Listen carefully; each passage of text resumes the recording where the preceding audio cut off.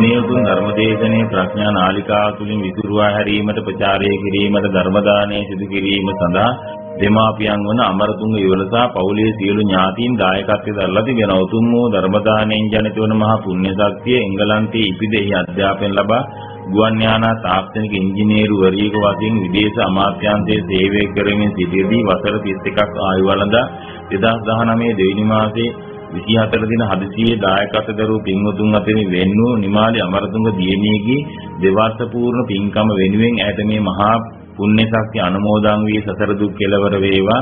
සීලම් පවුලේ මියගේ දෙමාපියන් ඥාති මිත්‍රාදීන් මේ පින් අනුමෝදන් වී සසර දුක් කෙලවර වේවා. ධර්ම දේශනා කළ ස්වාමින් වහන්සේටද නිදුක් නිරෝගී සුවපත් භාවය ලැබී චිර ජීවනයේ සැලසේවා. කොරෝනා වසංගතය මුළු ලොවින්ම තුරන් වේවා කියලා බලාපොරොත්තු වෙනවා. එසේම වේවා කියලා ආශිර්වාද කරනවා. නමෝ තස්ස භගවතෝ අරහතෝ සම්මා සම්බුද්දස්ස. නමෝ තස්ස භගවතෝ අරහතෝ සම්මා සම්බුද්දස්ස. නමෝ තස්ස භගවතෝ අරහතෝ සම්මා සම්බුද්දස්ස. අනිච්ඡං අනිච්ඡතෝ දක්ඛං දුක්ඛමද්දක්ඛ දුක්ඛතෝ අනාත්තාති අනාත්තාති අසුභං අසුභතද්දසං සමාදිට්ඨි සමාදානා සබ්බ දුක්ඛා උපජ්ජගෝති.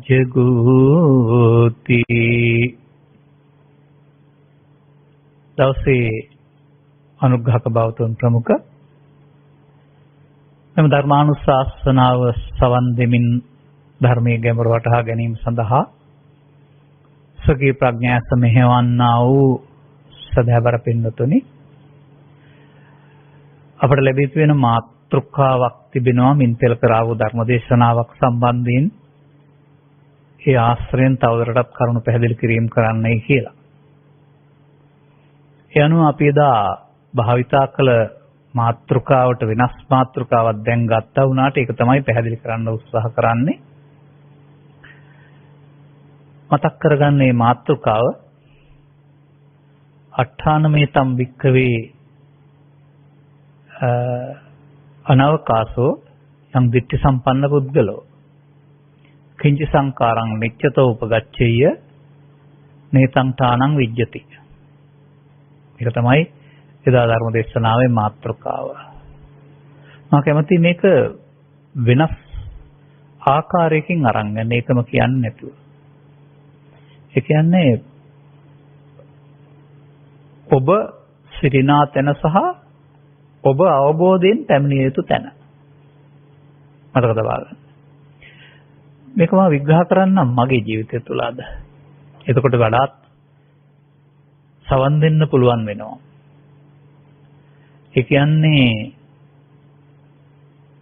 අපි බෞද්ධ පවුල්වල උපන් අය අනිත් අය කියන දේවල් අහලා ඒක තේරුම් ගත්ත විදිහ සහ අද දක්වා සොයාගෙන ආපු තැන, අද ඉන්න තැන මේක පැහැදිලි කරනකොට ඔබත් මේ ගමන පැමිණිය යුතුයි කියලා ඔබට වැටහෙවි.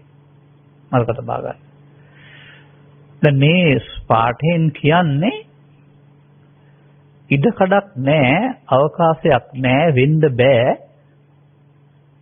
දිට්ඨි සම්පන්න පුද්ගලයෙක් හෙවත් සෝවාන් පුද්ගලයෙකුට කිසියම් සංඛාරයක් නිට්ටයයි ගැනීම වෙන්නේ නැහැ. ඉඩකඩ නැහැ ඒකට කියලා බුදුන් වහන්සේ සාතික වෙනවා.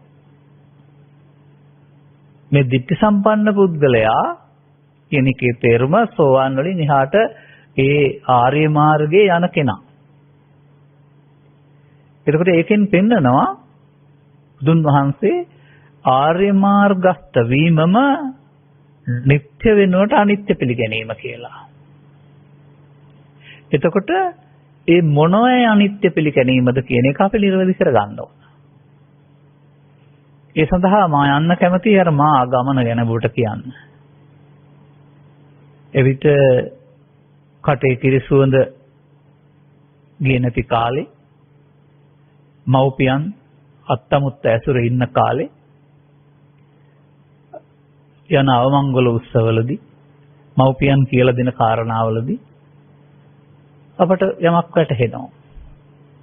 මේ ලෝකේ කිසිවක් ස්ථිර නැහැ. ඒ කතාව ඇත්ත. ලෝකේ කිසිවක් ස්ථිර නැහැ. නිරන්තරයෙන් වෙනස් වෙනවා, කැඩෙනවා, බිඳෙනවා, අලුතෙන් හට ගන්නවා. ඒක අපේ ඇසට පේනවා. නමුත් ඒ බුදුරජාණන් වහන්සේ වදාලා අනිත්‍යද කියන එක හොයන යන්නයි අපි ඕන. මතක තබා ගන්න. ඒ කිසිවකට කියන නම මොකද්ද කියලා හොයා ගන්නවා මම ඊගාවට. ඒ තමයි බාහිර වස්තු ද්‍රව්‍ය සංඛ්‍යාත ලෝකේ. තවත් භාෂාවකින් කියනවා නම් සතර මහා භූතයන් පදනම් කොටගත විවිධ වර්ණ ගන්ධ රස වලින් පැහැදිලි වෙන්නා වූ ද්‍රව්‍ය සංඛ්‍යාතයයි කියලා තියෙනවා පවතින වශයෙන් දකින ලෝකේ. ඒ අපේ ඇසේ මානෙට කැඩෙන බිඳෙන ඉදෙන වේලෙන නරක වෙන කියන වචන වලින් වෙනස් වෙන එකක්. ඒ කාලේ මට ඒක හිතුනේ නෑ. සර්වඥ කියන පදේ තේරුම් යනකොට සියල්ල දත් කියන පදේ තේරුම් යනකොට සියල්ල දත් එකේ දැනගත යුතු සියල්ල මොකක්ද කියලා එළි වෙනකොට ඒකත් මතක තියාගන්න මෙතනදී. මේ ළමා කාලේදී මේ ලෝකේ පවතින සියල්ල පිළිබඳව අභ්‍යාකාශ විද්‍යාව හෝ භූගර්භ විද්‍යාව හෝ තවත් මේ සාගර විද්‍යාව හෝ ආදී කොට ඇති මේ විද්‍යාවන්. ඒක තමයි අපි මේ සියල්ල කියලා කල්පනා කරන්නේ. ඒ සර්වඥ කියන වචනේට සිංහල සියල්ලදත් කියලා දාපුවම අපි හිතන් ඉන්නවා මේ ලෝකේ තියෙන ඔක්කොම දැනගත් කියලා. දැන් උන්වහන්සේ සබ්බ සූත්‍රය දේශනා කරමින් උන්වහන්සේ දැනගත් සියල්ලක් දේශනා කරනවා අපි ඒක දැනගන්න ඕන. අන්න එතකොට තමයි මේ අපි හිතන වදන් වලට වඩා වෙනස් ගැඹුරු අර්ථයක් මේ වදන් වල තිබෙන බව තේරෙන්නේ. එවිට සබ්බං වූ බික්කවේ දේසිස්සාමි මහණෙනි මම ඔබට සියල්ල දේශනා කරන්නයි යන්නේ කියලා කිංච බික්කවේ සබ්බං කියලා මොකද්ද වදාරලා තිබෙන්නේ. පාලියෙන් කියනවා නම් චක්කුංච රූපේච සෝතංච සද්දෝච ගානංච ගන්ධෝච ජීවහාච රසෝච කායෝච පොට්ටබ්බෝච මනෝත ධම්මෝච. අසත් රූපයත් කනත් ශබ්දයත් නාසයත් ගන්ධයත් දිවත් රසත් කයත් පහසත් සිතත් අරමුණුත් යන මේවා සියල්ලයි කියනු ලැබේ. දැන් අපි දැනගත් සියල්ල හරිද? නෑ මේ සසර දුකටපත් වීම පිළිබඳ දැනගත යුතු සියල්ල සහ සසර දුකින් අත මිදීමට අවශ්‍ය නම් දැනගත යුතු සියල්ල මේ තියෙන්නේ. උන්වහන්සේ දැනගත්තා වගේම අපිත් මේ සියල්ලේ යථා තත්ත්වය දැනගන්න ඕන. අනේ එතකොට තමයි තේරෙන්නේ එහෙමනම් මේ බාහිර දේවල් වල ඇති වෙන නැති වෙන එක දේශනා කරන්න සියල්ල දැන බුදු වෙන්න ඕන නෑනේ. මේ ලෝකේ ජීවත් වෙලා ඉන්න ඕනෑම රටක ඕනෑම මිනිස්සුකින් ඇහුවොත් මේ ඇහැට පේන වෙනස් වීම පිළිගන්නවා. එහෙනම් එය මේ කියන අර්ථයට ගත් කල ඒ වෙනස් වීම දකින්න ඔක්කොම සෝවාන් එහෙනම්. මොනම වණක්වත් අහන්න ඕනේ නැහැ බෞද්ධ වෙන්නත් ඕන නැහැ. එහෙම වෙන්න බෑනේ. ඒ නිසා අපි තව ටිකක් එහාට යනවා. එතකොට පෙන්වන්නේ සංඛාරයන්ගේ අනිත්‍ය. ගාථාවල පෙන්වන්නේ සබ්බේ සංඛාරා අනිච්චාති. ඉතින් ඊට පස්සේ නම් සංඛාර හොයන්න වෙනවා. ඒ සංඛාර හොයන යනකොට මට හමු වෙනවා පාලි පදයක් තිබෙනවා කසල වලට නමක් තියලා සංඛාර කියලා. නගරෙන් නිවත දමන දේවල්, නිවසෙන් නිවත දාවල්, මුළුතැන්ගෙන් නිවත දමන දේවල්, බහැර කරන දේවල්. ඒවත් එනින් එහාටත් දිරා යනවා, එතකොත් දිරා යනවා. ඒ කසල වල අනිත්‍යකුත් තියෙනවා. හැබැයි ඒ කයන්න තියෙන්නේ මාප්‍රාණ කයන්න නෙමෙයි නිකන් සාමාන්‍ය කයන්න. ඒකත් එහෙනම් ලෝකේ හැමතැනම බුදුන් වහන්සේ පහළ වෙන්න ඉස්සෙල්ලා සිදු වුණා. නමුත් මේ බුදුරජාණන් වහන්සේ වදාරනා වූ අනිත්‍ය බුදුන් වහන්සේ වදාළන ධර්මයයි. ඒක ඊට ඉස්සෙල්ලා කවුරුත් හොයන්න ඉන්න බෑ. ඒ නිසා තව ටිකක් එහාට අපි හොයනවා. එවිට හමු වෙනවා තවත් අපි මුල් කොටගත්තු සංකාර ටිකක්. අන්න එතන තමයි ඊට පස්සේ සමාජයෙන් අතර වෙලා ඉන්නේ. ඒ තමයි මිනිසා කය වචන සිත කියන තුනකින් කටයුතු කරනවා. ඒ කය වචන සිත ක්‍රියාත්මක වෙන්න බලපාන්නා වූ සිතේ ස්වභාවයන් තුනක් ධර්මයේ උගන්වනවා. ඒකට කියන්නේ අපි වචී සංකාර, කාය සංකාර, මනෝ සංකාර. ඔබ මේ හුස්ම පාර ඇතුළ වෙන තාක්කල් තමයි ඔබේ කය රැස් වෙන්නේ. එදාට කය හිරෙන්න ගන්නවා. හුස්ම පාර නැතුව මේ කලුත් වැඩියා කරන්න බැරුව යනවා. හුස්ම හිර වී මරණයටපත් විය. ඒ වගේම මේ කට පාවිච්චි කරන්න ඒවට අදාළ දේවල් සිතින් හදන්න වෙනවා. ඒක කල්පනා වෙනකොට ඔබට තේරෙනවා ඇති කටින් කියවෙන තරට හිතින් මෙහෙම කරනවායි කියලා කියනවා. නින්දේ ඔබට දැනෙනවා ඇති කතා නොකරට කටින් කතා කරනවා වගේ කතා වෙනවා. මෙන්න මේ සිද්ධියට තමයි විතක්ක ਵਿਚාර කියලා කියන්නේ. විතක්ක ਵਿਚාර වෙන්නේ නැතුව කට පිට වෙන්නේ නැහැ අටෙන් වචන.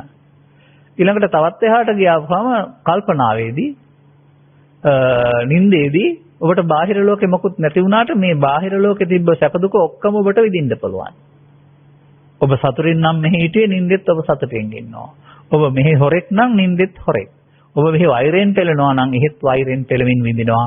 එතකොට එහෙනම් අන්නේ විවිධාකාර හැඟීම් තමන්ගේ හිතට එන හැඟීම් තුළ පවතිනා වූ සංඥා වේදනා සංඥා විඳිනවා. තමන්ගේ හිතට එන සංඥා තමයි විඳින්නේ. බාහිර ලෝක දේවල් නෙවෙයි. නමුත් මේ තුන සංකාර වෙන්න පුළුවන්ද කියලා හොයන්න ඕන. සබ්බේ සංකාරා. නමුත් මේවා මෙහෙම පදයක් මට හමු වෙනවා ත්‍රිපිටකයේ තිබිලා සංඛාරංච නිරෝධේන නැති දුක්ඛස සම්භවෝ යම් කිසි පුද්ගලයෙක් සංඛාර නිරෝධ කරොත් දුක් හටගන්නේ නැහැ. දැන් බුදුරජාණන් වහන්සේට කාය වචී මනෝ සංකාර ඉවර කරන්න බැරි වුණා අවුරුදු 80 දක්වාම. එහෙනම් කාය වචී මනෝ සංකාර නම් මේ අනිත්‍ය එහෙනම් උන්වහන්සේට දුක එහෙනම් උන්වහන්සේත් අවුරුදු 35 80 දක්වා දුක් විඳින්න ඕන. නමුත් උන්වහන්සේගේ උදාන වාක්‍ය තුල අපට හමු වෙනවා විසංකාර ගතං චිත්තං තණ්හානං කය මජ්ජගා. තණ්හාව ශේවිය සිත සංකාර ගත වීමෙන් මිදුනි. අන්න ඒ සිත සංකාර ගත වීමෙන් මිදුන කියන කාරණේ එහෙනම් කවද්ද සිද්ධ වෙලා තිබෙන්නේ 35 දී. එහෙනම් කාය වචී මනෝ සංකාර තවදුරටත් තියෙනවා. ඒවා වෙන්නත් බෑ කියන කාරණාව තේරුම් ගන්න ඕන. එහෙමයි අපි තේරුම් ගන්නේ. එතකොට එහෙනම් තව පදයක් හම්බ වෙනවා අවමගුල් උත්සවවලදී එහෙම නැත්නම් ඉගෙන ගන්න ගාථාවලදී සබ්බේ සංඛාරා අනිච්චාති අනිච්චාත සංඛාරා වය ධම්මා සංඛාරා කියලා හැම තැනම සංඛාර පදයක්. හැබැයි ඒකේ කයන්නම අප්‍රාණ. දැන් මේවා මොනවද? මෙන්න මේව තමයි සාමාන්‍ය පොත්පත්වල විස්තර කරලා නැති මේ සබ්බේ සංඛාරා. අනතුරු අපි ඒවා හොයාන යනවා. ත්‍රිපිටකය පරිහරණය කරමින් කවුද මේ සඳහා අරුත් විවරණය කරලා තිබෙන්නේ කියලා. එවිට අපට හමු වෙනවා මොනවද හමු වෙන්නේ? මිනිසුන් ජීවත් වෙන විට මිනිසුන් අතින් සිත මුල් කොටගෙන සිදුවෙන්නා වූ මේ කාය වචී මනෝ නෙමෙයි සසර ගමනට හේතු වෙන්නා වූ අපාය දිව්‍ය ලෝකේ බ්‍රහ්ම ලෝකේ සසර ඇවිදින්න හේතු වෙන ಜಾති ටිකක් හිතේ එකතු කරනවායි කියලා. ඒක තථාගතයන් වහන්සේගේ ශ්‍රී මුඛ වචනෙන් ගත්තොත් පෘථග්ජන භාවය තුළ සිටින්නා වූ අවිද්‍යාගත පුද්ගලයා තමන් කරන කියන ක්‍රියාකාරකම්හිදී පෘථග්ජන භාවය නිසා ඒවා මමත්වෙන් ගැනීමක් කරනවා. එතකොට ඒ කාරණාවේදී උන්වහන්සේගේ ආකාර තුනක් බෙදනවා. අපුඤ්ඤාභි සංකාර අපුඤ්ඤං චේ සංකාරං අபிසංකරෝති. ඒ කියන්නේ ඔබේ භාෂාවෙන් කියනවා නම් අනාගත විපාක දෙන්න පවක් එකතු කිරීම අපුඤ්ඤාභි සංකාරයයි. පව් එකතු කරනවා. අபிසංකාර කියන පදේ තේරුමත් එකතු කරනවා නැත්නම් අනාගත විපාකයට හේතුවක් ඉතුරු කරනවා කියන්නේ. පුඤ්ඤං චේ සංකාරං අபிසංකරෝති. පෘථග්ජන පුද්ගලයාට පුණ්‍ය කර්මයේදීත් ඒක කෙරෙහි ඇලීමක් ගැටීමක් තියෙනවා. ඒකේ බලාපොරොත්තුවක් තියෙනවා. ඒක මමත්වෙන් ගැනීමක් තියෙනවා. මේ මමත්වෙන් ගැනීම නිසා අනාගත විපාකයක් දෙන්න මිනිසුන් අතර හෝ දෙවියන් අතර හෝ ආයවරණ සැප බල වශයෙන් හේතුවක් ඉතුරු කරනවාට කියනවා පුඤ්ඤාභි සංකාරය. පුඤ්ඤං චේ සංකාරං අபிසංකරෝති. හරි. දෙකක් හම්බ වුණා. අපට තේරෙන්නේ මේ දෙක විතරයි. අපි සාමාන්‍යයෙන් අපේ ජීවිතේ හොඳ නරක දෙකක් කෙරෙනවානේ 100%ක් නැති වුණත් සාමාන්‍ය පුද්ගලෙක් වශයෙන් තමන් නරකක් නොකලත් අනිත් අයක නරකයි කියලා හිතනවානේ. දැන් බුදුරජාණන් වහන්සේ නරකක් කළේ නැහැ. නමුත් උන්වහන්සේ කරපු වැඩත් නරකයි කියලා දැකපු අය හිටියා. අන්න ඒ වගේ.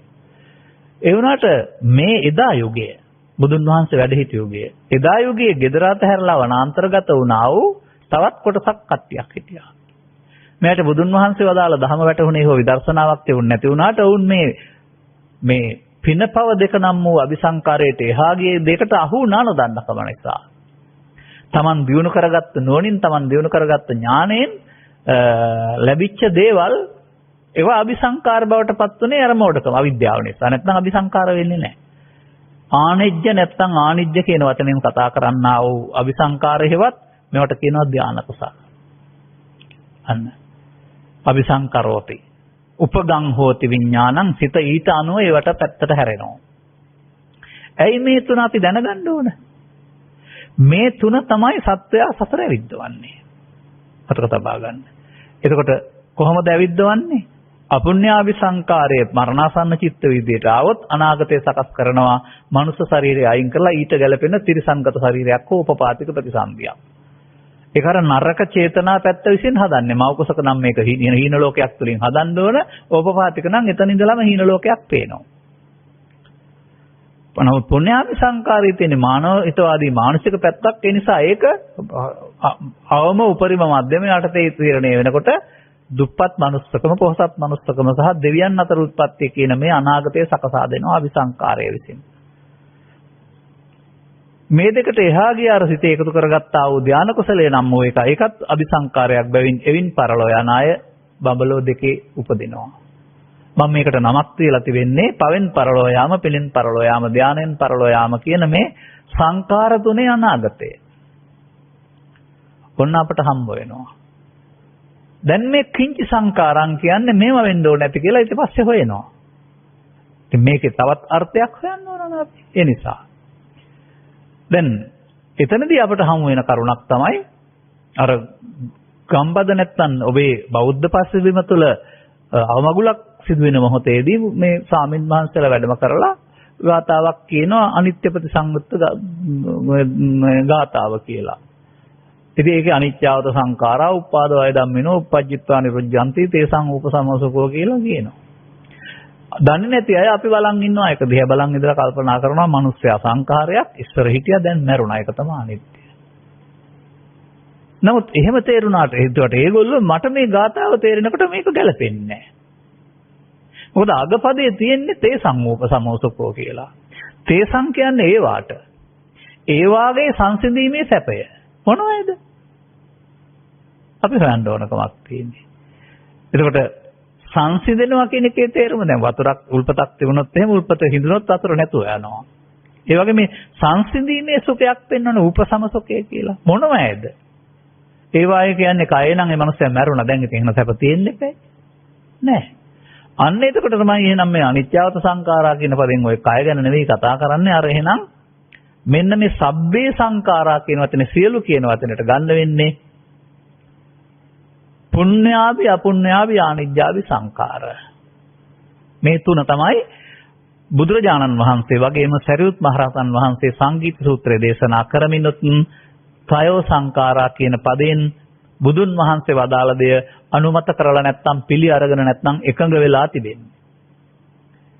එහෙනම් අපිටත් එකඟ වෙන්න වෙනවානේ. දැන් ඊට පස්සේ හොයන්න වෙනවා මේ සංකාරය කොහෙද තියෙන්නේ කියලා. එහෙම පොතේ ඉගෙන ගත්තට බැහැනේ. ඒක ඉගෙන ගන්න යන්න වෙනවා ඊට පස්සේ මේවා තියෙන තැන හොයන්න පිටින් බලන්න බෑ.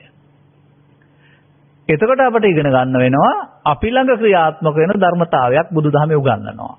අපි ස්ත්‍රී, අපි පුරුෂ, අපි ගිහි, අපි පැවිදි, අපි උගත්, අපි නුගත්. ඒ අපේ ඇහැට පේන බාහිර මට්ටමින්. මේ ස්ත්‍රී පුරුෂ ගිහි පැවිදි උගත් නුගත් ભેදයකින් තොරව අපි ළඟ සිදුවෙන ක්‍රියාකලාපේ තමයි අර සබ්බ සූත්‍රයේ පෙන්වන්නේ ඇසෙන් කනෙන් නාසයෙන් දිවෙන් කයෙන් සාසිතෙන් අරමුණුගෙන අතහැරීමක් තමයි ඔක්කොම වැඩ ටික. පව් හරි පිං හරි හම්බ කරන එක හරි නැති කරන එක හරි සුරාව සූදු දරාතාරය හරි දානය හරි ඒ හොඳ නරක දෙපැත්තටම බෙදුවත් මේ දොරවල් හයෙන් කරන වැඩ ටික අදහම වෙන මොකවත් නැහැ කියලා තමයි සබ්බ සූත්‍රයේ පෙන්වන්නේ. නමුත් මේ දොරවල් හයෙන් කරන වැඩේ පිළිබඳව විවරණයක් අපිට සාමාන්‍ය පාසල් අධ්‍යාපනය තුළ හෝ සාමාන්‍ය ධර්ම දේශනා තුළ සිදු වෙන්නේ නැහැ. ඇයි මේක හොයන්න වෙන්නේ? මොකද මේක ඇතුලේ තියෙනවා සංකාර කියලා જાතියක්.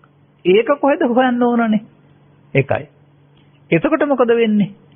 එතකොට අපට තවත් සූත්‍රයක් උදව් කරගන්න වෙනවා ලෝකේ තියෙන හැටි නෙමෙයි බුදුන් වහන්සේ වදාළ හැටියට ඉගෙන ගන්න.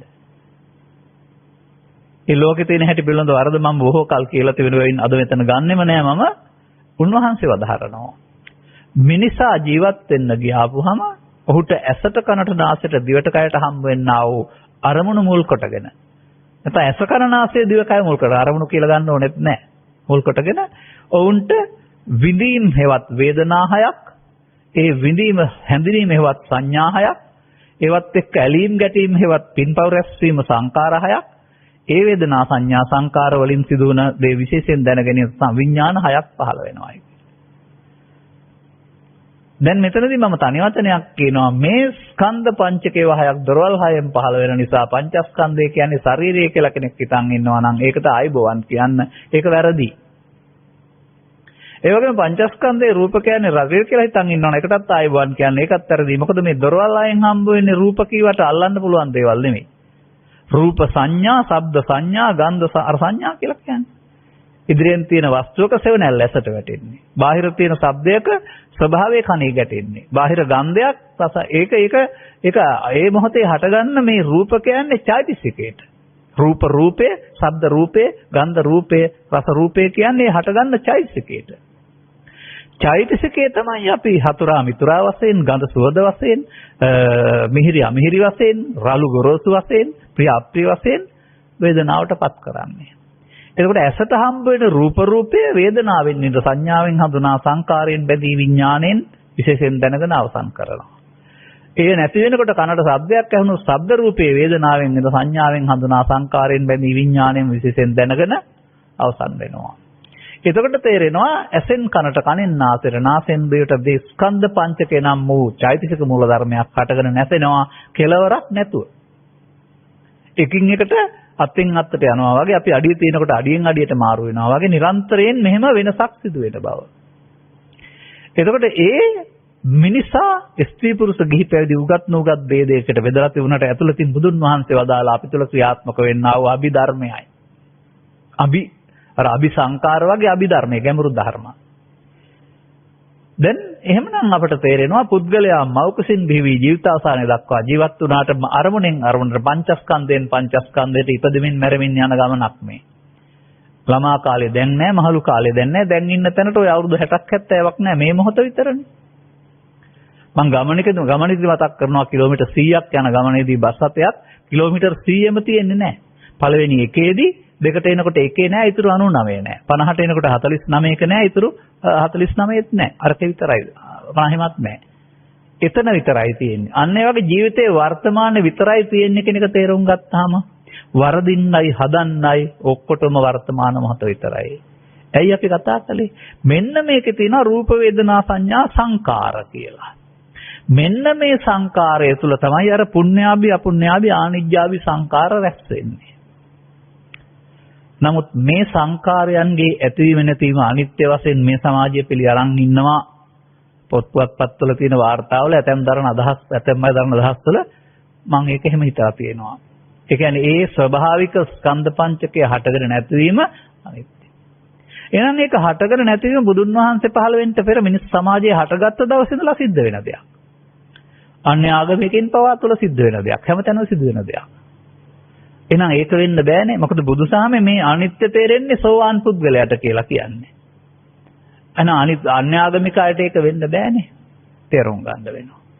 දැන් මේ ස්කන්ධ පංචකය පිළිබඳ විමර්ශනය කරගෙන යාමේදී කිංච සංකාරං අන්න මේ ස්කන්ධ පංචකයේ සිතින් කයෙන් වචනෙන් හෝ ඇසෙන් කනෙන් නාසෙන් දිවෙන් කයෙන් ගන්න ගියාපුහම එය ලෝභ දේශ මොහ වලට නතු වෙනවා නම් එවිට එය අපුණ්‍යාභි වෙනවා. එය යහපත් ක්‍රියාවලට නතු වෙනවා නම් ඒ පුණ්‍යාභි වෙනවා. ඒ සංඛාරයේ ධාන කුසල් වලට නතු වෙනවා නම් ආනිජ්ජාභි වෙනවා. අභි කියන්නේ අන්න ඒකයි. මොකද්ද මේ අභිපදයට යොදන්න ඕන?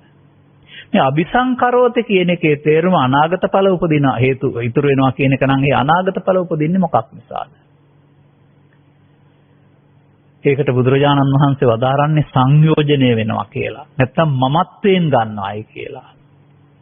මමත්වයෙන් ගන්නතම එහෙම වෙනවා කියන වචනේ මම හදපු එකක් එහෙම නෙමෙයි. ඒක මම ගෙන්නන්නේ මඤ්ඤමාන නම් වූ සූත්‍රය ආශ්‍රය සංයුත්ත නිකායේ මඤ්ඤමානෝකෝ බික්ඛු බද්දෝ මාරස්ස. බාහිර වස්තු හෝ ජීවිතේ නෙවෙයි මේ මොහොතේ යන අරමුණ මමත්වයෙන් ගැනීමේදී අරමුණ තුල තියෙනවා මමත්වයෙන් ගැනීම. එතකොට මමත්වයෙන් ගැනීම තුළ තමයි පුණ්‍ය කර්ම සිද්ධ වෙන්නේ. අමමත්වයෙන් ගැනීම තුළ තමයි පාප කර්ම සිද්ධ වෙන්නේ. මමත්වයෙන් ගැනීම තුළ තමයි ධාන කර්ම සිද්ධ වෙන්නේ. හෙවත් මේ කර්ම සතර කර්ම ක්ලේශ කියලා හදාගන්න. කර්ම ක්ලේශ. කර්මවල ක්ලේශ තියෙනවා. ඒක තේරුම් ගන්න ඕන. එහෙනම් මෙන්න මේ කර්ම කියන පදේදී මේ කියන පාප කර්ම, පුණ්‍ය කර්ම, ධාන කර්ම වලදී මොකද වෙන්නේ? අනාගත ඵලයක් උපදින්න හේතු ඉතුරු වීම නම් වූ ඇතුළතට බැස ගැනීමක් සිදු වෙනවා. මේකට කියන්නේ යංකෝ බික්කවේ අනුසේති යම්සයක් අනුසේ වශයෙන් ගන්නවද? ඒිනුයි මේක හටගන්නේ කියලා. තේන ඒන් මේ සංකත ධර්ම හේවත් දුක හට ගන්නවයි කියන එක. එතකොට අපිට මෙන්න මේ බුදුන් වහන්සේ පහළ වෙන්න පෙර මේ පෘථග්ජන පුද්ගලයන් වශයෙන් කටයුතු කිරීමේදී සිදු වෙලා තිබෙන දෙයක් තමයි මේ ස්වභාවයෙන්ම මේ කාරණාත් එක්කලා ඇලෙමින් ගැටෙමින් මුලා වෙමින් අවසානයක් දකින්න බැරි ලෙස නැවත නැවතත් හටගන්න පුළුවන් විදිහට හේතු ඉතුරු කොට අවසන් කිරීම නම් වූ කාර්යයටපත් වෙන එක. මේ පැවැත්මේ ස්වභාවයයි. අන්න දැන් අපිට මේකෙදී මේ කාරණේට කියන්නේ නම් සංකාර රැස් කිරීම. එහෙනම් මේ දැක්ම යටතේදී සංකාර රැස් කිරීම ඇරුණාම සංකාරංච නිරෝධේන කියන පදයට අර්ථයක් දෙන්න බෑ. අදක තබා ගන්න. එතකොට අපි තේරුම් ගන්න ඕන. මෙතන තමයි බුදුන් වහන්සේ වදාළ සබ්බේ සංඛාරා අනිච්ඡාති අනිච්ඡාවත සංඛාරා වය ධම්මා සංඛාරා අනිච්චේ නිච්ච සංඤිනෝ දුක්ඛේච සුඛ සංඤිනෝ. ඔය විදිහට මේ දෙපැත්තක් වෙන අනිත්‍ය නිට්ටය කියලා කැපෙන්නන්නේ. දැන් ඒක තුල අපි තේරුම් ගන්න ඕනේ එහෙමනම් අනිත්‍ය නිට්ටය මොකද්ද වෙන්න ඕනේ කියලා. එතකොට ඒක අප තේරුම් ගැනීමක් වෙනවා. අප තුළ තිබෙනා වූ දුර්වලකමක් තේරුම් ගන්න වෙනවා. ඒකට උදව් කරගන්න පුළුවන් හොඳ වචන කීපයක් තියෙන තැනක් තිබෙනවා. සත්තා ගච්ඡanti සංසාරෝ ජාති මරණ ගාමිනෝ. මේ සත්වයා ඉපදෙමින් මැරෙමින් සසර ඇවිදිනවයි කියලා කියනවා. මොනවා නිසා කියලාද පෙන්වන්නේ. මේක හරියටම ගලප ගන්න. කොහොමද ගාතාව තිබෙන්නේ? අනිච්චේ නිච්ච සංඤිනෝ දුක්ඛේච සුඛ සංඤිනෝ අනත්තානි අත්තාති අසුභේ සුභ සංඤිනෝ. අනිත්‍ය වූ දේ නිට්ටය වශයෙන්, දුක්ඛ දේ සුඛ වශයෙන්, අනාත්ම දේ අනාත්ම වශයෙන්, අසුභ දේ සුභ වශයෙන් අරගෙන ඒ ගැනීමම මිච්ඡා දිට්ඨිගත සත්තා චිත්තං කිත්ත විසඤ්ඤෝ සිත විසිත කරගෙන මොකද කරනවා කියන්නේ? ඒ හේතු කොටගෙන සත්වයා ඇවිදිනවා ගච්ඡanti සසරේ ඉපදෙමින් මැරෙමින්. දැන් හිතන්න සත්වයා ඉපදෙමින් මැරෙමින් සසරේ ඇවිදින්නේ දෙපයින්ද ශරීරයෙන්ද? අපේ ගාතාවලත් වෙනවනේ නැත්නම් සංස්කෘත සෝලෝක්කවලත් තියෙනවා සොහන් පිට්ටනින් එහාට යන්නේ නැහැ. කය ආදාහනය වෙනවා මිහිදන් වෙනවා. එතෙක්කල් පුද්ගලයා නැහැ. පුද්ගලයා හුස්වපාර ඉවර වෙනකොට නැත්නම් මරණයට පත් වෙනාගෙන තනින් ඉවර වෙනවා. එහෙනම් කය යන්නෙත් නැහැ, සිතත් ඉවරයි. මොනවද පරලොව යන්නේ? අපේ බෞද්ධින්ට විශාල ගැටලුව. මොනවා හරි යනවා. මව කුසට බැස ගන්නවා. විඥානය මව කුසට බැස ගන්නවායි කියලා පදයක් ලියනවා ත්‍රිපිටකේ. නැත්නම් පොත්වල. ඉතින් ඒතකොට හිතන් ඉන්නවා මේ කවුරු හරි මොනවා හරි යන්න ඕන මව කුස ඇතුළට කියලා. නෑ ඉස්සර වෙලා විඥාන කියන පදේ තේරුම් ගන්න බුදුන් වහන්සේ වදාරලා තියෙන පරිදි. චක්කු විඥාන, සෝත විඥාන, ගාන විඥාන. ඒවා එතනම මොකද වෙන්නේ? අවශ්‍ය කාර්යය කරලා නැසෙනවනේ. චක්කු විඥාණයෙන් සෝත විඥාණයට විඥානය යන්නේ නැහනේ. ඒක වෙන විඥානයක් නේ. ගාන විඥාණයට විඥානය යන්නේ නැහනේ. ඒක වෙන විඥානයක්. එහෙනම් මරණයෙන් එහා පැත්තට කොහොමද විඥානය? විඥාන කියන්නේ දෙයක් නෙමෙයි, ආත්මයක් නෙමෙයි. රූප වේදනා සංඥා සංකාර හතර කරපු දේ වාර්තා කරන්නාට විඥානය කියලා කියනවා. ඇසෙන් හරි කනෙන් හරි නාසයෙන් හරි ඒ හතරෙන් උන දේ විශේෂයෙන් වාර්තා කිරීම විඥානයයි. එහෙනම් කය යන්නෙත් නෑ, සිත යන්නෙත් නෑ. නමුත් මොකක් හරි සම්බන්ධයක් තිබෙනවා. බුදුන් වහන්සේ වදා සත්තා ගච්ඡanti සංසාරෝ ඥාති මරණ ගාමිනෝ. දැන් ඊට පස්සේ ඔබට තේරෙනවා එහෙනම් අපාය හැදෙන්නේ කොහොමද? පව් කරපු අය අපායට යනවා. කාමසුගතිය සහ මිනිසත් දෙවියන් හැදෙන්නේ කොහොමද? පින් කරපු අය කාමසුගතිය උපදිනවා. බඹලෝ හැදෙන්නේ කොහොමද? ධාන වඩපු අය බඹලෝ යනවා. එහෙනම් සත්වයා පරලෝ යන්නේ පවෙන්, පිනෙන්, ධානයෙන්. සත්තා ගච්ඡanti සංසාරෝ ජාති මරණ ගාමිනෝ උපදිමින් මැරමින් සත්‍යය හතර ඇවිදිනවා. මොනවා නිසාද? අනිත්‍ය, දුක්ඛ, අනාත්ම, අසුබ දේවල්, නිත්සුඛ, ආත්ම සුබ වශයෙන් අරගෙන. එහෙනම් මොනවද මේ? නිත්‍ය සුඛ ආත්ම කොට අරන් තියෙන්නේ පව නෙවෙයිද? පින නෙවෙයිද? ධානය නෙවෙයිද? එතකොට එහෙනම් අපව අපුඤ්ඤාවි සංකාරය, පින පුඤ්ඤාවි සංකාරය, ධානය ආනිජ්ජාවි සංකාරය. අපි කවදාවත් එහෙම දෙයක් දන්නෙත් නෑ. අපි නිත්‍ය කියලා ගත්තෙත් නෑනේ. ඒ නිසා අපි හිතන නිත්‍ය නෙවෙයි මේ, තේරුම් ගන්න. අපි හිතන නිත්‍යත් නෙමෙයි, අපි හිතපු අනිත්‍යත් නෙවෙයි. ඒ පිළිබඳව ඔබට සැකනම් මම මෙහිමත් පැහැදිලි කිරීමක් කරන්නම්. මේ මගේ සූත්‍ර දේශනාවල තිබෙනවා. මම මෙතෙන්දි මේ සියල්ල එකතු කළා. අදත් ඒ වගේ මේ ඉල්ලීම මත මේ අදහස් ටික එදා පැය දෙකට එකතු කළා. අද පැයට එකතු කරනවා. කුදකනිකාය තුළ පවතිනවා අපි හද කරපු වරදක් බුදුන් වහන්සේ කල්ැතුව නිවැරදි කරලා තියෙනවා. අපි පස්සේ වරද හදාන තියෙන්නේ. උන්වහන්සේ වදාරනවා මා ප්‍රාණ බයන්යෙන් පටන් ගන්නා වූ සූත්‍ර දේශනාවක් තියෙනවා බිදුරන් කියලා, බිදුර කියලා. ඒක පේනවා බිදුරායම් බික්කවේ කායෝ. ඒක පෙන්වන්නේ එහෙමනම් මේ අපි සඳහා තියෙන ඒ මොහොතේ කාය වෙන්නත් පුළුවන්, නැත්නම් රූප කාය වෙන්නත් පුළුවන්. කය නිරන්තරයෙන් ළමා තරුණ මහලු වශයෙන් වෙනස් වෙනවා බිදුර භාවයේ. ඒවත් කැඩී බිඳී යාම.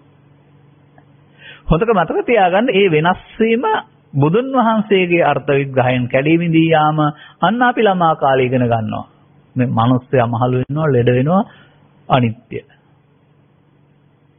එහෙනම් අපි විසින් කරපු වරදක් තමයි මේ ශාරීරික වෙනස් වීමට අනිත්‍ය කියන පදයක් ආරෝපණය කිරීම. ත්‍රිපිටකයේ ඒක නැහැ. ත්‍රිපිටකයේ සංඛාර අනිත්‍ය ගැන හරුණාම මේ පඨවි ආපෝ තේජෝ අනිත්‍යක් කතා කරන්නේ නැහැ. තේරුම් ගන්න මේ කාරණාව. තව ටිකක් එහාට යනකොට කය විතරක්ද? ඒ කය ක්‍රියාත්මක කරන්නේ අපායේ හරි දිව්‍ය ලෝකේ හරි මෙතන හරි බඹලෝ හරි විඥානං සිත. මනෝ විඥාන සිත කියන ආර්ථයෙන් සඳහන් කරනවා විඥානම් බික්කවේ පබංගුරං. ඒ භංගුර කියනවා බිඳෙනවට, පබංගුර කියනවා යලි යලිත් හටගෙන බිඳෙනවට. දැන් එහෙනම් අන්න එතනම තේරෙනවා මව් කුසෙන් බිහිව තැන් පටන් මැරෙන කල්ම තියෙන විඥානයක් තියෙන්නේ. චක්ක විඥානය බිඳෙනවා, ශෝක විඥානය බිඳෙනවා, ගහන විඥානය බිඳෙනවා, ජීවහා විඥානය බිඳෙනවා, කාය විඥානය බිඳෙනවා. හැම එකක්ම හටගත්ත ගමන් බිඳීම ඊට ආйти දායාදයක්. ඒක පබංගුරං. එතකොට අන්න ස්කන්ධ පංචකයෙන් පංචකයට ඇති වෙන නැති වෙන එක අනිච්චං වෙන්නේ නැහැ. එතකොට බිදුරං පබංගුරං. ඒ නිසා අර ස්කන්ධ පංචකයේ ඇති වෙන නැතිවීම අනිත්‍යයි කියන කතාව වැරදි කියලා මම කියන්නේ. පබංගුරං. බිදුරං සහ පබංගුරං වචන දෙකට ආйти සිද්ධි ටිකට අපි අනිච්චං කියලා වරදවා ගැනීමම සර්පයා වලිගෙන් අල්ලා ගැනීමයි. සර්පයා කඳ වැදින්න අල්ලා ගැනීමයි. මේ උපමාවක් මම වදාළේ. මොකද්ද? තථාගතයන් වහන්සේ ධර්මයේ සර්පයකට උපමා කරනවා. හිසින්න අල්ලා ගත්තොත් ඌට දෂ්ට කරන්න බෑ. අතේ යෙතුනට අපට හානියක් නැහැ. නියම තැනින් අල්ලන් ඉන්නේ. එතකොට ඌ দমনය කරන්න හෝ ගිහින් දාන්න පුළුවන්. වලිගෙන් අල්ලන්න ගියොත්, කඳ වැදින් අල්ලන්න ගියොත් ආපහු හැරිලා මොකද කරන්නේ? ආපහු හැරිලා අපටම දෂ්ට කරනවා. ධර්මයේ වරද්දා ගැනීම මිනිසා දුකටපත් කරයි, සසර ඇවිද්දවයි. එහෙනම් බුදුදහම වැරදි ආකාරයෙන් විවරණය කරන හැමෝම මොකද කරන්නේ? ධර්මයේ සර්පෙක් නම් වැරදි තැනින් අල්ලා ගන්නවා. දැන් එහෙනම් කවදාවත් මේ කායංච කය සිත දෙක සම්බන්ධයෙන් අනිච්ඡම් පදේ පාවිච්චි කරන්න එපා. කායංච බිදරතෝ ඤත්වා විඥානංච පබංගරං. කාය බින්දෙන බව දැනගන්න, විඥානයත් බින්දෙන බව දැනගන්න. තුන්වෙනි පදේ මොකද්ද තියෙන්නේ? අන්න ඒකේ බලන්න ඕන දේ තියෙනවා. සබ්බේ උපදි අනිච්චා දුක්ඛා විපරිණාම ධම්මා. මේ උපදි කියන්නේ මොනවද? උපදි කියන්නේ කෙලෙස් වලට, උපදි කියන්නේ උපාදාන වලට, උපදි කියන්නේ ආශ්‍රව වලට. උපදි සම්බන්ධයෙන් බුදුන් වහන්සේගේ සොයා ගැනීම අනිච්චා දුක්ඛා විපරිණාම ධම්මා. සසරේ පව් කරන, පින් කරන, ධාන වඩන, ඇවිදින ඔක්කොටම පව නිට්ටයයි සුඛයි ආත්මයි, පින නිට්ටයයි සුඛයි ආත්මයි, ධානය නිට්ට සුඛ ආත්මයි. නිට්ට සුඛ ආත්ම කොට ගැනීමෙන් සත්වයා සසර ඇවිදී බරිද අනිත්‍ය නිට්ට සංඤිනෝ, දුක්ඛේච සුඛ සංඤිනෝ, අනාත්තා නියත්තාති, අසුභේ සුභ සංඤිනෝ. මෙන්න ඇත්ත. අපි තේරුම් ගන්න ඕන කාරණාව. එහෙනම් මේ කියන ආකාරයට මේ සිදුවීම් තේරුම් නැත්නම් කල් සත්‍යය මොකද කරන්නේ? පෘථග්ජන භාවයේ නැමැති ආවරණයෙන් වැසී ඒ තුල සසරේ රැඳෙමින් අවස්ථා තුනක් ඔස්සේ භවගාමී වෙනවා. අපුඤ්ඤාභි සංකාරය ඔස්සේ, පුඤ්ඤාභි සංකාරය ඔස්සේ, ආනිජ්ජාභි සංකාරය ඔස්සේ උපාදාන වෙමින්, පව උපාදාන වෙමින්, පින උපාදාන වෙමින්, ධාන උපාදාන වෙමින් භවගාමී වෙනවා. එහෙම වෙනවද නැද්ද? වෙන්න පුළුවන් කියලා මම විශ්වාස කරනවා. මන්දයත් බුදුන් වහන්සේ වදාරනවා වච්චගත බමුණාට ස උපාදානස්සකෝ අහං වච්ච උත්පත්තින් පඤ්ඤාපේමි. වච්චගත මම මේ මනුස්සයින්ට උත්පත්ති පනවන්නේ උපාදාන සහිත බැවින්. උපාදාන රහිත වුණාම උත්පත්ති පනවන්නේ. එහෙනම් අන්න මේ උත්පත්ති ස්ථාන කාම රූප අරූප භවත්තරේ සිදුවෙන්නේ උපාදාන තුල. පාප උපාදාන, පින උපාදාන, ධාන උපාදාන. එහෙනම් මේ උපාදාන වීම සිදුවෙන්නේ නිත්‍ය සුඛ ආත්ම කොට ගැනීමෙන් කියලා ඔබට පිළිගන්න පුළුවන්ද? එහෙනම් ඔබ පාසල් ගොහින් කෙස්වල අනිත්‍ය ඉගෙන ගත්තට, වතු පිටි වල අනිත්‍ය ඉගෙන ගත්තට, තව තැනින් විභාගයට ලියවට පංචස්කන්ධය අනිත්‍ය කියලා ඔබ මේ හිතින් හදාගත්ත දෙයක් කරුණාම ධර්මයේ පෙන්වන මේ නුවණින් දකින අනිත්‍ය, සංඛාරයන්ගේ අනිත්‍ය ඇස් වලින් බලන්න බෑ. ඒක වෙන්නේ නැහැ. දැන් ඔය බාහිර දේවල් වල සිදුවීම වෙනවනේ. කෙස් සුදු වෙනවා, දත් වැටෙනවා, මල් පර වෙනවා. නමුත් බුදුරජාණන් වහන්සේ පඤ්ඤාය පස්සති නුවණින් බලන්න ඕන දෙයක් පෙන්වන්නේ, වෙන දෙයක් නෙවෙයි. ඒ බලන දෙයක් නුවණින් බලන්නයි වෙලා තියෙන්නේ. නුවණින් බලන්න ඕන කොහෙද? සංඛාර තුළ. අන්න. දැන් එහෙමනම් අපිට තේරුම් ගන්න පුළුවන් වෙනවා. අපිට මේ ලදරුවෙක් වශයෙන් හිටපු කාලේ අහපු වචන ඔස්සේ, පාසල් අධ්‍යාපනයේ, දහම් පාසල් අධ්‍යාපනයේ ඔස්සේ, සරල බණ ඔස්සේ ඉදිරියට එනවා. මේ ත්‍රිපිටකය හදාරමින් ගලපගෙන එනවා. එහෙම ගලපගෙන යනකොට තමයි මෙන්න මේ පදයක් මට මුණ ගැහෙන්නේ. ධර්මයේ දකීද බුදුන් දකී කියලා ප්‍රකාශයක් කරන බුදුරජාණන් වහන්සේ වක්කලි හිමියන්ට අනතුරුව පංචස්කන්ධය පිළිබඳ ප්‍රශ්නයක් අහනවා. උන්වහන්සේගේ උත්තරේ නම් රූප වේදනා සංඥා සංකාර විඥාන මගේ නොවන අනිදුක්ඛානාත්ම බවයි. අනිත්‍ය දුක්ඛානාත්ම බවයි. බුදුරජාණන් වහන්සේගේ ප්‍රතිප්‍රශ්නේ පවතින්නේ අනිත්‍ය දුක්ඛ අනාත්ම දෙයක් මගේ මමගේ ආත්ම වශයෙන් ගැනීම සුදුසුද කියලා. මෙතන නැති අර්ථයක් අපට සපයන්න වෙනවා. පැහැදිලිව ඉදිරිපත් කළ නැති අර්ථයක් මේක ඇතුළේ අධ්‍යාහාරයෙන් ගන්න වෙනවා සංගවා තිබෙන බැවින්. බුදුන් වහන්සේ කළ මේ ප්‍රශ්න කිරීමේදී වක්කලි හිමියන් කියන අනිදුක්ඛානාත්ම දෙයක් කියලා බුදුරජාණන් වහන්සේ අදාරනවා. අනිදුක්ඛානාත්ම දෙයක් මගේ මගේ ආත්ම වශයෙන් ගැනීම සුදුසුද? දැන් එහෙනම් මගේ ආත්ම වෙලා තියෙන්නේ මගේ නොවන, මම නොවන, මගේ ආත්ම නොවන දේවල්. දැන් මොනවද මගේ නොවන්නේ? මම නොවන්නේ, මගේ ආත්ම නොවන්නේ? කෙස්ද, ලොම්ද, නියද, දත්ද, වතු පිටේ වස්තුද නැහැ. ඒව නෙමෙයි. මොකද්ද? රූප වේදනා සංඥා සංකාර පහට එන දේවල්. ස්කන්ධ පංචකය. එහෙනම් ස්කන්ධ පංචකයට එන දේවල් පව මගේ මගේ ආත්ම. ස්කන්ධ පංචකයට එනකොට පින නම් පින මගේ මගේ ආත්ම. ස්කන්ධ පංචකයට එන දේවල් ධාන නම් මගේ මගේ ආත්ම කොට ගැනීමෙන් බද්දෝ මාරස්ස හේවත් හේතු ඉතුරු වේ අවසන් වේ. එහෙනම් මගේ මගේ ආත්ම කොට ගැනීමෙන් උපාදාන වේ. අන්න එහෙමයි උපාදාන වෙන්නේ. දැන් එතකොට එහෙමනම් පවත් භවගාමී, විනත් භවගාමී, ධානත් භවගාමී එකට වඩා සැප වෙනස් වුණාට නමුත් තේරුම් ගන්න ඕන කාරණාව තමයි එහෙනම් එතනදී උපාදාන වීම නැමැති වරද තුනේම තියෙනවා. දැන් මේ උපාදානය හොඳයි කියලා පෙන්වන්නේ නැහැ. අනුපාදාය මුච්ඡන්ති කියලානේ පෙන්වන්නේ. උපාදානෙන් මිදීම හොඳයි කියලා පෙන්වන්නේ. එහෙනම් උපාදානයේ වීමේ වරද බුදුන් වහන්සේ පහළ වෙනකොට පව් කිරීම තුළ, පින් කිරීම තුළ, ධාන වැඩිම තුළ, පෘථග්ජනයින් තුළ තිබුණා. එහෙනම් උපාදානය වෙන එක ඇතුලේ තියෙන්නේ මොකද්ද? නිත්‍ය සුඛාත්ම කියන වරද. මතක තබා ගන්න. එහෙනම් මා ඊට පස්සේ මේ සම්බන්ධයෙන් තව අදහසක් එකතු කරගන්නවා අලුතෙන්. මේ ත්‍රිපිටකයේ පරිහරණය කිරීමේදී සඳහන් කළ අර්ථ විග්‍රහයන් එකිනෙකට ගලපන්න ඕන ගැටලු නැතුව. මොකද සර්වඥ කියන එකේ තේරුම ඒකයි. අය පරස්පර දේවල් තියෙන්න බෑ. එවිට අපිට හමු වෙනවා මෙහෙම දෙයක්.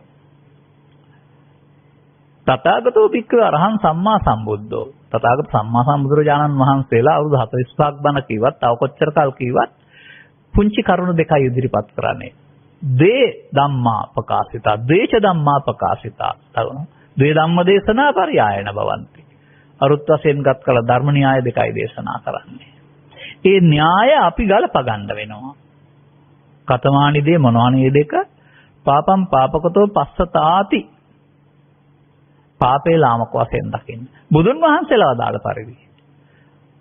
අත පාපම් පාපකතෝ දිස්සා, පාපේ පාපේ වශයෙන් දැක තත්ත විරජ්‍යත, එහි කලකිරෙන්න, විමුච්ඡත මිදෙන්න, නිබ්බින්දදාති අයින් වෙන්න.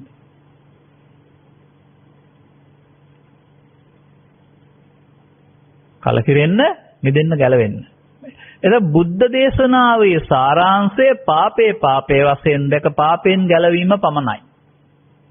දැන් මේ අපි කතා කරන සතුන් මැරීමේ පාපේද, හොරකම් කිරීමේ පාපේද, මත්පැන් කිරීමේ පාප. ඒකනේ මිදිච්චා ලෝකේ වුණ තරම් ඉන්නේ. නමුත් ඕන් දුකින් මිදෙන්නේ නැහැ. අන්න ඒ නිසා තමයි පෘථග්ජන භාවය තුළ වෙන් කළා වූ පව්පින් දෙක අபிසංකාර තුල පවතින්නේ. ආර්යයන් වහන්සේලා වෙන් කළා වූ පාපය සහ පින නෙමේ කුසලයේ කියලා ඒකට කියන්නේ. එතකොට උන්වහන්සේලා වදාළ පරිදි පාපය දැක්කොත් පාපයෙන් මිදෙන්න කියලා විතරයි දේශනා කරලා තිබෙන්නේ. දැන් අර උපාදාන සහිත කෙනාට උත්පත්ති පනවන, උපාදාන නැත්නම් උත්පත්ති පනවන්නේ නැහැ කියන එකේ තේරුම ගැලපුවොත් හරියන්නේ නැද්දිද? උපාදානයේ පාපයයි, උපාදානෙන් මිදීම කුසලයයි.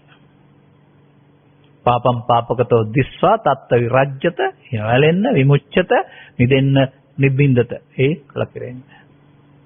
එපමණයි. දැන් එහෙමනම් ඔන්න අපි ඇවිදින් ඉන්නවා අදාළ තැනට. සංඛාර කොහෙද තියෙන්නේ? සංඛාර අபிසංඛාර වෙන්නේ ඇයි? අන්න එතකොට අපට එන්න වෙනවා අර තේසං ූප සමෝසකෝ කියන ඒවා කියන්නේ මොනවද? අපුඤ්ඤාභි පුඤ්ඤාභි අනිජ්ජාභි සංඛාර. ඒවා තමයි අනිත්‍යවත සංඛාරා. ඒකයි මම කියන්නේ මැරිච්ච මිනිස්සෙකුට මේක කිව්වට ඒ මිනිස්සයාට තේරෙන්නේ නැහැ. ඒක කවුරු යදාගත්තත් ඒකට සුදුසු දෙයක් නෙමෙයි අද කෙරුණාට. මේ ගාථාවට තියෙන අර්ථ මම කියලා දීලා තිබෙනවා. ඒකත් මතක් කරලා දෙන්නම්. මේ මට හමු වෙන තැන් දෙකක් තියෙනවා. එකක් තමයි 1990ට පෙරයි මම ජාතක පොත කියලා ඉවර කරන්නේ. ඒ කාලේ තමයි ඔය දහම්සොර ජාතකයේදී දහම්සොර රජතුමාට ධර්මයේ හොයන ගිය ගමනේදී සක්‍රියා විසින් බුදු ලෝයින් හිටියා වූ සීල බුදුරු එලි කරවා දාලා වූ ධර්මයේ ඇතුළත් ගාථා වශයෙන් මේක දේශනා කරයි කියලා තියෙනවා. එහෙනම් මේ ගාථාවේ තියෙන්න ඕන දුකින් මිදෙන ධර්මයනේ. දෙවෙනි තැන හමු වෙනවා තථාගත බුදු පියාණන් වහන්සේ ස්කන්ධ පරිනිර්වාණයෙන් ශරීරය අතර දැමීමේදී මේ පිළිබඳව උදම් මැනීමක් කරන ප්‍රශංසා ප්‍රශස්තියක් ගයන සක්‍රිය මේ ගාථාවට අදාළ දේවල් කරගෙන ඉවර බැවින් බුදුන් වහන්සේට අනිච්චවත සංඛාරා උපාදවය ධම්මිනෝ uppajjittva niruddhanti තේසං උපසමෝසකෝ කියලා වදාරලා තියෙනවායි කියලා මහා පරිනිර්වාණ නෙමෙයි පරිනිර්වාණ සූත්‍රය තුල තියෙනවා. මා මේකෙන් නිගමනය කරනු ලබන්නේ මේ ගාථාව කියන්න ගැලපෙන්නේ නික්ලේශී උතුමන්ට බුදුන් රහතුන්ට. උන්වහන්සේලා ඒ දේ කරගත්ත බැවින් ජීවිතය අතහැර දැම්මා. අපි මේක අනුපුබ්බේන පු탁ජනගතෝ ඔස්සේ ඇවිදින් මේ රටේ ඉන්න හොරුන්ට, මැරයන්ට, කුඩුකාරීන්ට, තක්කඩින්ට, සිල්වත්තුන්ට ඔක්කොටම අනිච්චවත සංඛාරා කියනවා. දැන් අර බුදුන් වහන්සේ වදාළ ගැඹුරු තේරුමින් නෙවෙයි නේද? ඒකට විරුද්ධ වෙන්න ඕන නෑ. ඒක ඕනනම් පළක් ඇති කරගත්ත චාරිත්‍රයක් වශයෙන්. නමුත් හොඳින් තේරුම් ගන්න මේ ගාථාව මරුණ කෙනෙක් වෙනුවෙන් කිව්වට එයාට නම් වැඩක් වෙන්නේ නෑ. ඒකේ අර්ථය අවුරුදු 20 25 15 ඉඳලා තේරුම් ගන්න පුළුවන් නම් ඒකට අදාළ දේ අපිට ප්‍රායෝගිකව ක්‍රියාත්මක කරන්න පුළුවන්. එහෙනම් බුදුරජාණන් වහන්සේලා ලවුට දේශනා කළේ සංඛාරයන්ගේ අනිත්‍ය, ලෝකයා පව්පින් ධානය රැස් කරමින් සසර ඇවිදින්නේ වුන්ට සංඛාර නිත්‍ය නිසා කියන එක නිගමනයට එන එක වැරදිද මම? දැන්නක බලන්නේ කොහොමද නුවණින් ඊළඟ ප්‍රශ්නේ තියෙන්නේ ඒකනේ. වතු පිටි වල ඉඩ කඩන් වල හරක බාන වල බලන්න බෑ. අපුඤ්ඤාභි සංකාරේද පුඤ්ඤාභි සංකාරේද ආනිජ්ජාභි සංකාරේද. නැත්තම් මේ සංකාර ආපු රූප වේදනා සංඥා සංකාර පංච උපාදානස්කන්ධයේදී ඇසෙන් කනෙන් නාසයෙන් නිපදුන බලන්න ඕන. දැන් පිළිගන්න මෙතන අපි අතින් සිදුවන වරද මොකද්ද කියලා ප්‍රමාදය. ඔය පමාදේන මායාකතං කියලා කියනවානේ. මේ අපි ළඟ මේ සසරේ ප්‍රමාදයක් සිදු වෙනවා. කවුද ප්‍රමාදය සිදු කරන්නා? පෘථග්ජන ඕන කෙනෙක් ප්‍රමාදයි. මොනවාසද ප්‍රමාද? පවෝස්සේ ප්‍රමාදයි, පිනෝස්සේ ප්‍රමාදයි, ධානයෝස්සේ ප්‍රමාදයි. කුමක්ද මේ ප්‍රමාදය? ඒක අපි විවරණය කරගන්න වෙනවා. ඒකට නමක් තියෙනවා තථාගතයන් වහන්සේ වදාළ ඔය සංයුත්ත නිකාය සූත්‍ර දේශනා ගණනාවක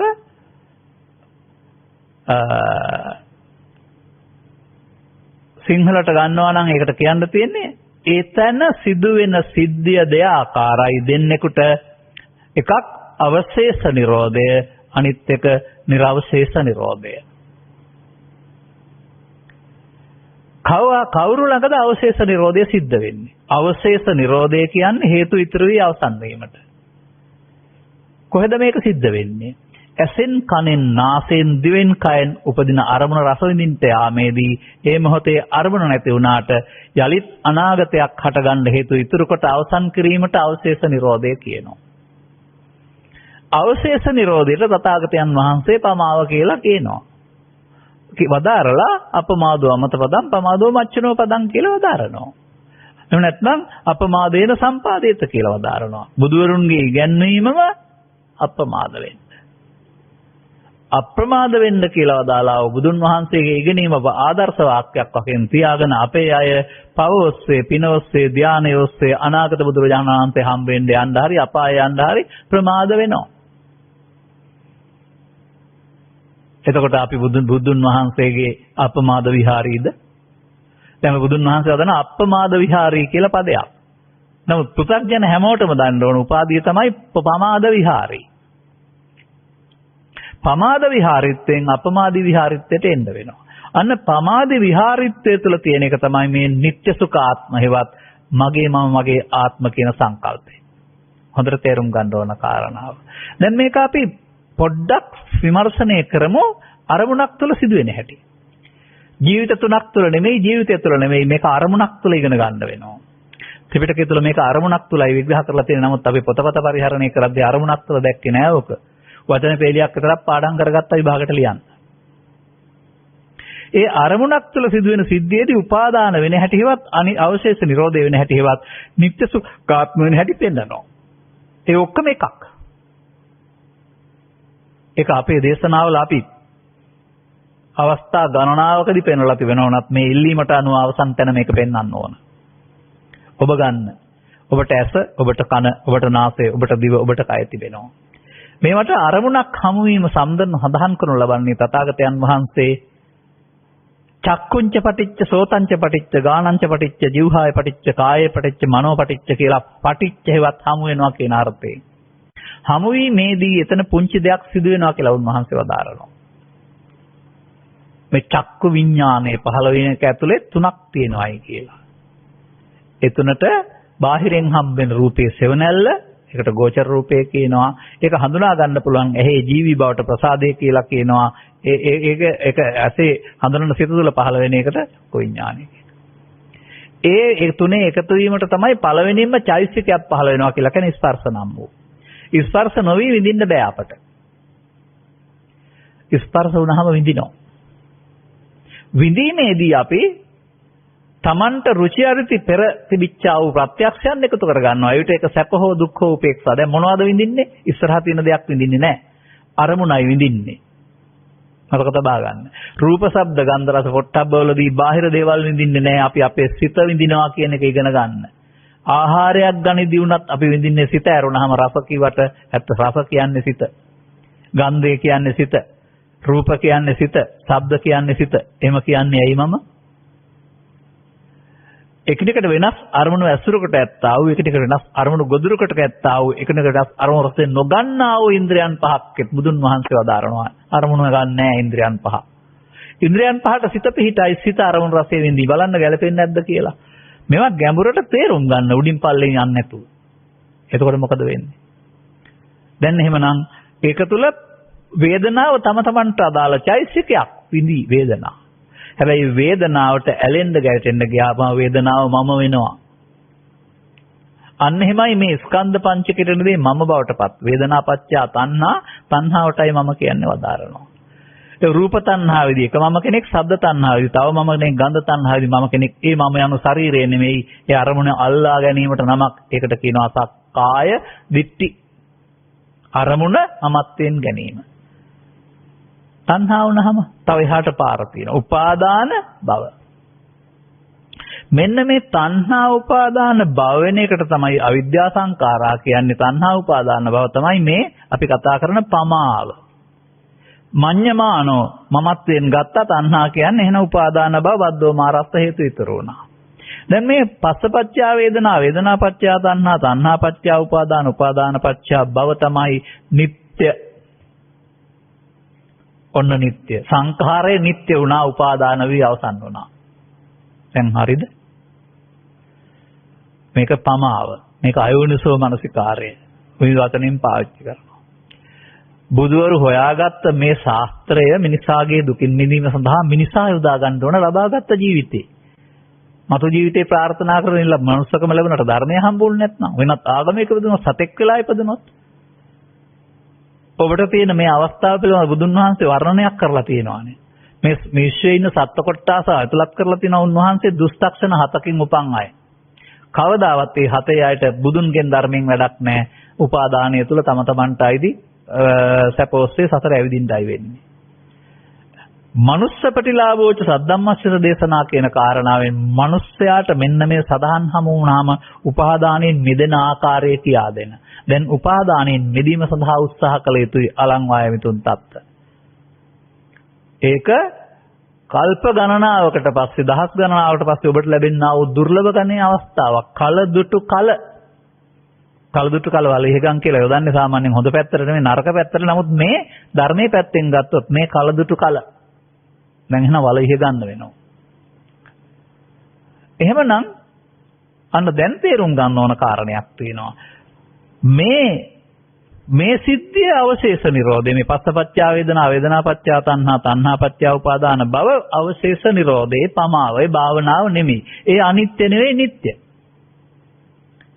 දැන් අපි කියවේ මොකද්ද? කිංච සංකාරං නිච්චතව උපගච්ඡේයනා තේන නේතං තානං විජ්ජති. ආර්ය පුද්ගලයෙක් අතින් මේක වෙන්න බෑ. එහෙනම් ආර්ය පුද්ගලයා ගාව අවශේෂ නිරෝධය වෙන්න බෑ. නිර්වශේෂ නිරෝධය වෙන්න ඕන නේද? අවශේෂ නිරෝධය පමාවයි, නිර්වශේෂ නිරෝධය භාවනාවයි නේද? විදර්ශනාවයි නේද? බලමු අපි අන්තිමට. සංඛාරං පෙන්වන කතාව. අපි ගන්නවා ආයෙත් අර සිද්ධිය චක්කුංච ගත්ත නිසා අපි ගන්නවා ඕනනම් ගහනංච කියලා. නැත්නම් ජීවහාචකේ ඕන එකක් ගන්න. දිවෙන් නම් වෙනස් වෙන්නේ රස රූපය හම් වෙන අදී ප්‍රසාදයට. එතනත් ඊට පස්සේ පස්සපච්චා වේදනා. ඒකවල රස තණ්හාව. ඒකට ඇලුනොත් අන්න සිතුවිල්ල නැවත නැවත විඳින්න. රස දැනෙන එක ඕන කෙනෙකුට පණ තියෙනකොට වෙන දෙයක්. නමුත් රසය කියන්නේ සිතුවිල්ලක් කරුණාම සිතුවිල්ලට ඇලෙන එකනේ රස තණ්හාව කියන්නේ. ආයි ඊළඟ දවසේ රස දැනෙයි. එදාට තණ්හාව නැතොත් රස දැනෙයි. නමුත් යලි යලි විඳින්න ඕන කියලා හේතුවට තිබ්බොත් එතකොට ඒක රස කාමයේ රස තණ්හාව පස්සපච්චා වේදනා, වේදනාපච්චා තණ්හා, තණ්හාපච්චා උපාදාන වෙන්න දැන් බෑ. දැන් ඒ පාර නෙමෙයි මම මේ පෙන්වන්න හදන්නේ. තස්සා ඒව තණ්හාය. ඇහෙනම් රූප තණ්හාව, කනේනම් ශබ්ද තණ්හාව, නාසයෙන්නම් ගන්ධ තණ්හාව, දිවෙන් රස තණ්හාව, කයනම් පොට්ටබ්බ තණ්හාව, අරමුණු වල නම් භාවනා ඇතුළු කටේ ධම්ම තණ්හාව. අශේෂ විරාග නිරෝධෝ. උපාදාන භව විනොත් ශේෂ උපාදාන භව නොවෙන්න ඒ තණ්හාව ඔබට ඇලීම මමත්වෙන් ගැනීම නොකර ඉන්න පුළුවන් නම් තණ්හා නිරෝධයෙන් උපාදාන නිරෝධය, උපාදාන නිරෝධයෙන් භව නිරෝධය. මේ අනිත්‍ය. මේ සංඛාරය අනිත්‍ය වශයෙන් ගත්තා. අන්න එහෙනම් මේ බුදුදහම තුළ රහසක් කෙලි වෙනවා. මෙතෙන් එනකොට සත්‍ය ආසසර ඇවිදින්නේ සංඛාරයන්ගේ නිත්‍යකාත්මය තුළ බව තේරෙනවා. දැන් ආර්ය පුද්ගලයාට තවදුරටත් උපාදානය වෙන්න මගේ ආත්ම කොට ගන්න අයිතියක් නැහැ.